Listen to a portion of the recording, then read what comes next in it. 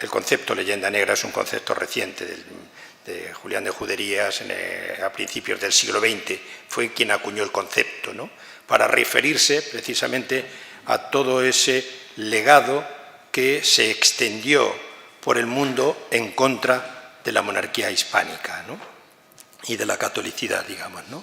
Por tanto, la leyenda negra se remonta, hay que remontarla al siglo XVI, precisamente cuando tuvo lugar la ruptura de la cristiandad latina y con aquello que la historiografía también ha calificado la reforma protestante, que era una reforma que no era protestante, era reforma del sistema, era una reforma sistémica, y como consecuencia de aquella reforma devino en una ruptura, en una radicalización de las posturas, como ocurre hoy día también en la política. Se radicalizó y produjo una ruptura de la cristiandad en la que surgieron muchas iglesias, muchas iglesias que se hicieron obligatorias, que se confesionalizaron y que abrieron un camino de conflicto, y por tanto de aquel conflicto unos defendían la tradición, otros vamos a decir que defendían, y ya me meto un poco en Honduras, y no es mi papel meterme en Honduras, otros defendían, diríamos, el progreso,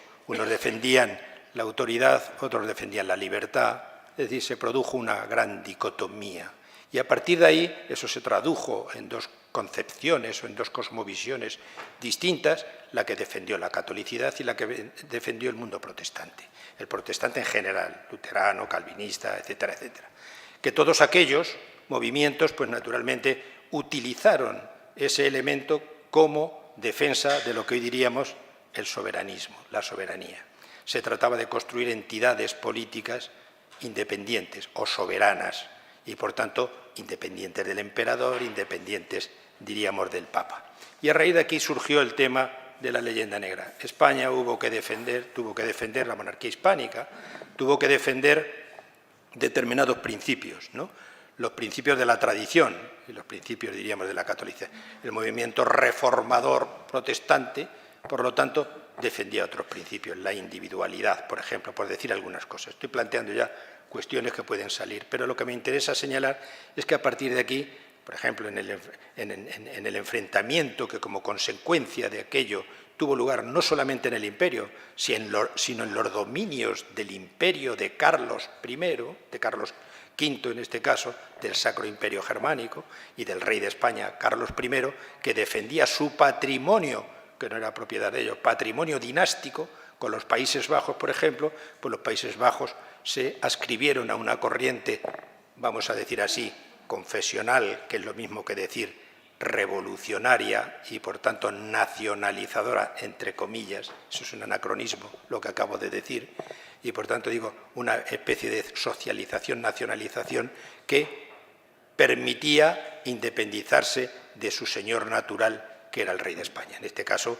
Felipe II, concretamente, aunque empezó con Carlos. Es decir, y ahí es donde empezó el mundo protestante, enseguida apoyado por otros movimientos protestantes, con la Inglaterra, por ejemplo, anglicana, que empezaron a denostar, a desprestigiar esa España que naturalmente se mantenía en la defensa de unos valores, de unos principios que pueden ser discutidos, pueden ser cuestionados, pero que planteaban una cosmovisión del mundo bien distinta de la que planteaban los otros. Una de las guerras que siempre se libran es la batalla cultural o la batalla ideológica. Dieron la batalla, que era una batalla en aquel momento, como digo, confesional. Y no quedó ahí, sino que se llevó hasta nuestros días, llega hasta nuestros días. Hay todavía mucha gente que defiende, incluso dentro de España, concretamente, pues que son defensores de la leyenda negra, y no solamente ocurre en el ámbito de lo político, sino en el ámbito de lo social y de lo cultural. Hay universidades que todavía pues, se defiende que, bueno, que España fue o no fue, haciendo una lectura muy presentista del pasado, cosa que no se debe hacer nunca, ¿no? Un historiador, para entender el pasado, se tiene que abstraer de su realidad e intentar comprender las realidades pretéritas que están en unos fundamentos bien distintos de lo que puede ser el presente. Por lo tanto, la leyenda negra llega hasta nuestros días. Y donde no tuvo poca importancia precisamente fue en Hispanoamérica, ¿no? Y en Hispanoamérica, eso que algunos han llamado los movimientos de liberación, los movimientos de independencia, algo tendrían que decir. Los libertadores, que está el gran libertador lo digo irónicamente también y entre comillas, ¿no? Bolívar, ¿no? Y los bolivarianos que también nos van a libertar, ¿no? Pues construyeron, y hoy hablando con los ponentes, construyeron su propio discurso histórico, ¿no? ¿Con qué? Con el lenguaje. Lo de libertador, todo esto tiene contenidos, diríamos, ideológicos. Y como no es el papel mío hoy el de hablar in extenso, hemos traído precisamente a dos grandes expertos en Hispanoamérica, hispanoamericanos y españoles, diríamos, pertenecientes españoles. Pablo, sobre todo, tiene la nacionalidad española y Miguel también, ¿no? Y contamos con dos historiadores, no son de profesión, bueno, también algo, pero sí de mucho oficio, y de mucho oficio, ¿no? Que de repente, al intentar comprender sus realidades, vamos a decir así, nacionales, hoy discutíamos y decíamos, y yo decía, las naciones, hay muchas naciones que son inventadas. Hoy estamos asistiendo a una realidad histórica en la que se inventan naciones. La invención de la nación, muchos teóricos lo dicen así, Hobsbawm, entre otros, o Ranger también, la invención de la nación es algo que viene muy asociado al Estado nacional. Había que inventar las naciones. Y hay naciones que no fueron inventadas, que son naciones históricas. Las naciones inventadas son naciones políticas.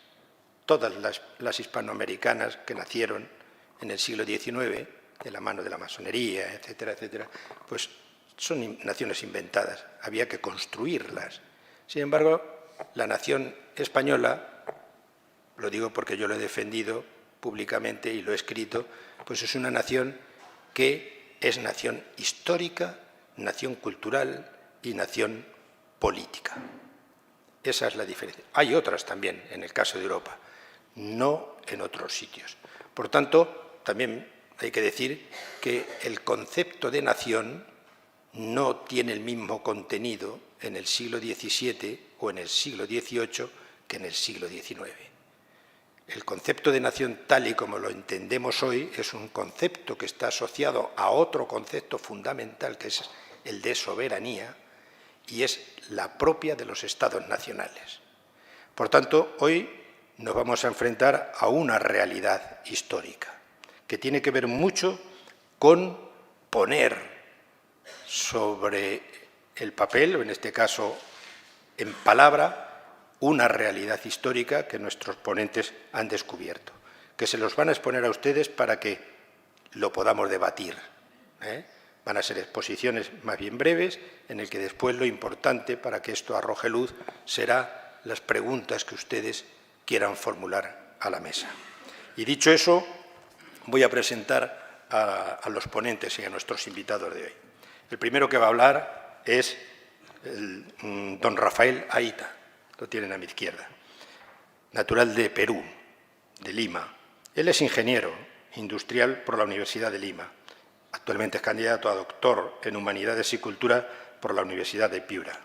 Es magíster en Administración Estratégica de Empresas, es MBA, es docente, es investigador y autor de artículos en revistas en América, en Asia y en Europa.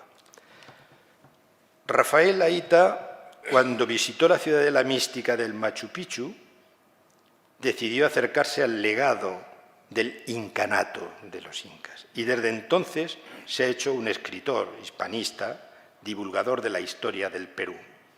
Es conferenciante en muchos lugares internacionales de su país y desde luego en España está de gira, lleva aquí medio mes, ¿no? Estará un mes en el que está pasando por distintos sitios, por distintas provincias, por distintos lugares de España, llevando su conocimiento de lo que era la historia del Perú vinculada a España y haciendo una defensa bien combativa en defensa de la hispanidad y intentando desterrar esa leyenda negra. Es autor de numerosos libros. Yo voy a omitir las conferencias porque me extendería demasiado, pero les recuerdo que tiene 3 libros importantes: El secreto del último Inca, en 2018, Pachacútec, el estratega del imperio, y su último libro, del 2022, que es Los Incas Hispanos. Les ha llamado así, Los Incas Hispanos, que creo que de lo que hoy nos va a hablar, ¿no? Nos va a aclarar mucho. Es autor de numerosas conferencias, artículos que no viene al cuento relatar. Nuestro otro ponente es mi admirado y amigo don Pablo Victoria. Es colombiano de nacimiento y de nacionalidad española. Tiene un doctorado en Economía en Estados Unidos y otro en Filosofía en España. Ha sido senador y parlamentario en el Congreso de Colombia y precandidato a la presidencia del Partido Conservador en Colombia. También es autor de una veintena de libros. Todos, y yo conozco muy pocos, se lo he reconocido hoy. Claro, me dedico a otros periodos un poco más alejados, pero no puedo de recomendarles el terror bolivariano, ¿no? El terror bolivariano que hay que leerlo, ¿no? Pero tiene La sociedad posliberal y sus amigos, España contraataca, La nueva Granada contra España, La otra cara de Bolívar, Memoria de un golpe, El día que España derrotó a Inglaterra, El terror bolivariano, ¿no? Son, por hacer alguna referencia. Ha sido profesor de Economía en distintas universidades colombianas y conferenciante internacional en el área de Economía, Política e Historia. Está condecorado con la medalla Charly Solano de Inteligencia Militar por el Ejército de Colombia y por la Academia Bolivariana de Historia, antes de Maduro. Bien, es miembro de la Academia Bolivariana de Historia, de la Academia de Historia Eclesiástica de Bogotá y de la Sociedad Colombiana de Economistas. Es caballero de la Orden del Santo Sepulcro de Jerusalén, del capítulo noble de Fernando VI y Gran Cruz de la Hermandad Monárquica de España y miembro de la Real Academia de Ciencias, Artes y Letras de Cádiz. Como ven, es un currículum que lo acredita también, bueno, pues como conferenciante, y seguro que no les va a decepcionar. Y por último, voy a citar, le voy a dar también la palabra brevemente a don Miguel Ernesto García Gutiérrez, también peruano de nacimiento, aunque vive en España desde el 1976 y tiene la nacionalidad española, creo, ¿no? Es decir, que es español, es hispano, todos los de allí somos españoles, ¿qué vamos a hacer, no? Lo explicaremos y lo argumentaremos, o si alguno tiene duda, lo intentaremos argumentar. Bueno, le voy a dar la palabra a él porque él fue, de la mano de nuestro amigo y consocio José Antonio Bermejo, quien nos propusieron hacer esta aportación desde la Asociación Cultural Héroes de Cavite. Le doy la palabra a Miguel, muy brevemente, para que presente a la asociación y entramos en materia. Adelante, sí. Miguel. Muy buenas tardes a todos. En primer lugar, quisiera, como delegado de la Asociación Héroes de Cavite, agradecer a la dirección del casino, y en este caso en representación de ella a don José Ignacio, por hacer este acto de forma colaborativa con nuestra asociación. Esto es el primer acto que vamos a realizar de forma conjunta y que se realicen otros más, esperando que este sea el primero y que sea de mucho éxito. Después, muy brevemente, quisiera hablar de la Asociación Héroes de Cavite. La Asociación Héroes de Cavite es una asociación hispanista, es una asociación cultural, apartidista y sin ánimo de lucro. Esta asociación tiene como finalidad fomentar la cultura y la historia compartida entre la comunidad hispana. Realizamos, entre otras actividades, videoconferencias semanales, realizamos conferencias compartidas con otras asociaciones hispanas de Hispanoamérica, realizamos también conferencias presenciales como estas y también jornadas semanales como la jornada de la hispanidad durante la semana del 12 de octubre y la jornada del idioma español en la semana del día del 23 de abril. Y para terminar, quería comentar muy brevemente, utilizando las palabras de la directora de la Real Academia de la Historia, doña Carmen Iglesias, que el año pasado en una entrevista dijo lo siguiente: la historia de España y la historia de América no se pueden comprender por separado, sino en la interrelación entre una y otra. Han formado uno de los conglomerados más importantes que ha habido porque cambió el mundo. Es decir, no se puede conocer la historia del mundo sin conocer la historia de España. Y la historia de España está unida a la historia de América. Las disertaciones de don Rafael Aita y de don Pablo Victoria, les puedo asegurar que son un ejemplo clarísimo de nuestra historia compartida. Es decir, un ejemplo de la historia desmitificando la leyenda negra. Gracias. Paso la palabra